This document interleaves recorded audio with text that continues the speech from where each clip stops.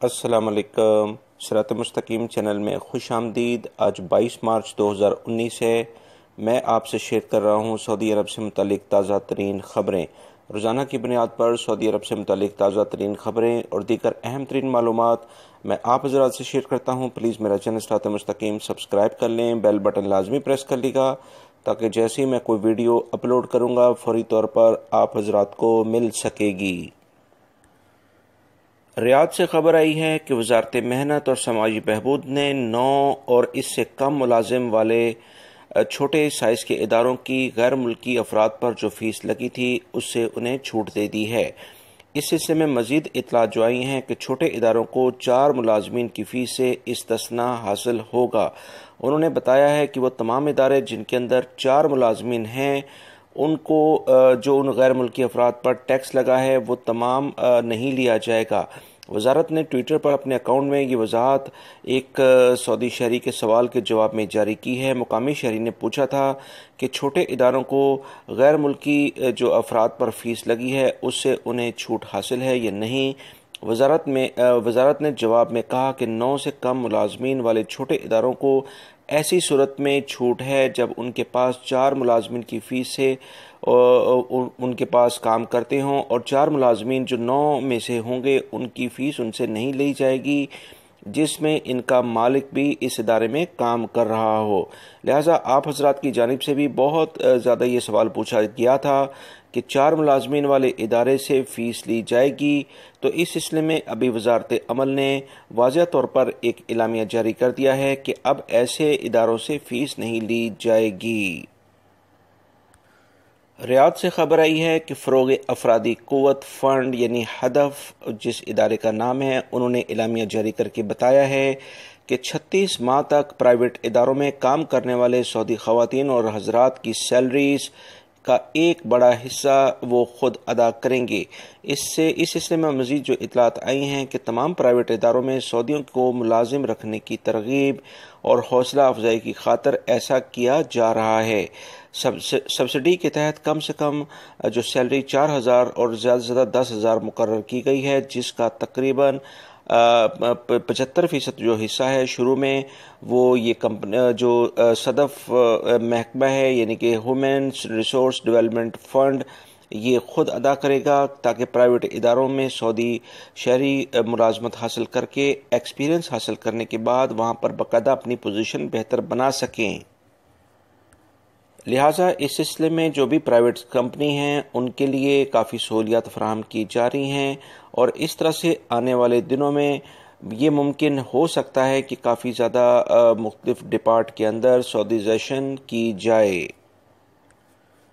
مدینہ منورہ سے خبر آئی ہے کہ مدینہ منورہ کی اسلامی یونیورسٹی نے 1440 کے تعلیمی سال کے لیے 21 ڈپلومہ میں داخلے شروع کر دیے ہیں۔ اس سلسلے میں مزید یونیورسٹی کی انتظامیہ نے بتایا ہے کہ اپلیکیشنز آن لائن پیش کی جا سکتی ہیں۔ اس سلسلے میں یونیورسٹی کے عہدیدار ڈاکٹر سعود سلومی نے بتایا ہے کہ تمام ڈپلومے وزارت شہری خدمات کے یہاں رجسٹرڈ ہیں۔ ان میں کمپیوٹر سائنس، ہوٹلنگ، سیاحت، cyber security, radio T V, معاون ہدایت کار، سیکریٹریٹ، اکاؤنٹنٹ، حج عمرہ مینجمنٹ قابل ذکر ہیں۔ اس سلسلے میں غیر ملکی افراد بھی اس میں ایڈمیشن لے سکتے ہیں اور سعودی شہری بھی ایڈمیشن لے سکتے ہیں۔ یاد رہے کہ یہ یونیورسٹی 1961 میں قائم کی گئی تھی۔ یہ ایک عظیم الشان یونیورسٹی ہے۔ جدہ سے خبر آئی ہے کہ الحرمین ٹرینوں کے اسٹیشنوں پر کام کرنے والے تمام سعودیوں کی تعداد 650 تک پہنچ چکی ہے۔ اس میں 70% خواتین ہیں۔ مزید جو تفصیلات آئی ہیں کہ 2019 کے اختتام تک ہر ہفتے میں تقریباً 35 ٹرینیں چلائی جائیں گی۔ اس سلسلے میں آپ کو بتاتا چلوں کہ 11 اکتوبر 2018 کو ان ٹرینوں کا افتتاح ہوا تھا۔ ذی الحج کے مہینے میں ٹرین میں سفر کرنے والے افراد کی تعداد تقریباً 2,50,000 سے زائد ہو جائے گی۔ ان ٹرینوں کے جو یہ اسٹیشنز بنے ہیں اور ٹرینوں کے اندر جو یہ روانی آئی ہے اس میں کافی غیر ملکی افراد نے بھی ملازمتیں حاصل کی ہوئی ہیں۔ ریاض سے خبر آئی ہے کہ ولی عہد شہزادہ محمد بن سلمان نے بتایا ہے کہ ریاض جیسے منصوبوں منصوبے کامیابی ان میں ہونے کے بعد سعودی عرب کے تمام شہروں میں اس طرح کے نمونے جو ریاض طرز کے ہوں گے وہ نافذ کیے جائیں گے، جو کہ ایک بہت بڑی خبر ہے، کیونکہ سعودی عرب میں ریاض کے اندر بہت بڑے وسیع پیمانے پر دنیا کا سب سے بڑا پارک بنایا جا رہا ہے، جس میں تقریباً 75 لاکھ ٹریز یعنی درخت لگانے کا منصوبہ ہے اور بڑے بڑے ہوٹلز بننے جا رہے ہیں۔ اگر اسی طرح سے ریاض کے جو دیگر دوسرے شہر ہیں، بڑے بڑے شہر جدہ، دمام، مدینہ منورہ، مکہ المکرمہ، اس کے علاوہ جو دیگر بڑے شہر ہیں، اگر ان کے اندر بھی اس طرح کے کچھ منصوبے بنائے جا رہے ہیں تو اس سے آنے والے دنوں میں بہت زیادہ سعودی شہری اور غیر ملکی افراد کو ملازمتیں ملنے کے امکانات پیدا ہو رہے ہیں۔ لہٰذا دوستو، ان منصوبوں کے آغاز سے یہ بات ثابت ہوتی ہے کہ غیر ملکیوں کے لیے جو کہ مملکت کے اندر قانونی طور پر موجود ہیں، انشاءاللہ آنے والے دنوں میں روزگار کے وسیع پیمانے پر مواقع پیدا ہوں گے۔ سعودی فوڈ اینڈ ڈرگ اتھارٹی نے دمام میں میک اپ مصنوعات کی بہت سارے گوداموں کو ان پہ چھاپہ مار کارروائیاں کی ہیں۔ تفصیلات کے مطابق انسپیکٹرز نے ریاض کے ایک گودام پر چھاپہ مارا تھا، جہاں 4250 خوشبوات کے ایسے ڈبے برآمد ہوئے ہیں جس کا اندراج سعودی حکومت کے پاس نہیں ہے اور انتہائی غیر معیاری انداز میں انہیں ذخیرہ کیا گیا تھا۔ میک اپ کا کچھ ایسا سامان بھی پکڑا گیا ہے جسے مارکیٹ کو فراہم کرنے کی اجازت نہیں تھی۔ دوسری جانب الشرقیہ میں قانون کی خلاف ورزی کرتے ہوئے میک اپ مصنوعات ذخیرہ کرنے والے 3 غیر قانونی گودام پکڑے گئے ہیں۔ وہاں سے خلاف قانون کے مطابق 9067 میک اپ مصنوعات پکڑی گئی ہیں، جن کے بعد ان گوداموں کو سیل کر دیا گیا ہے۔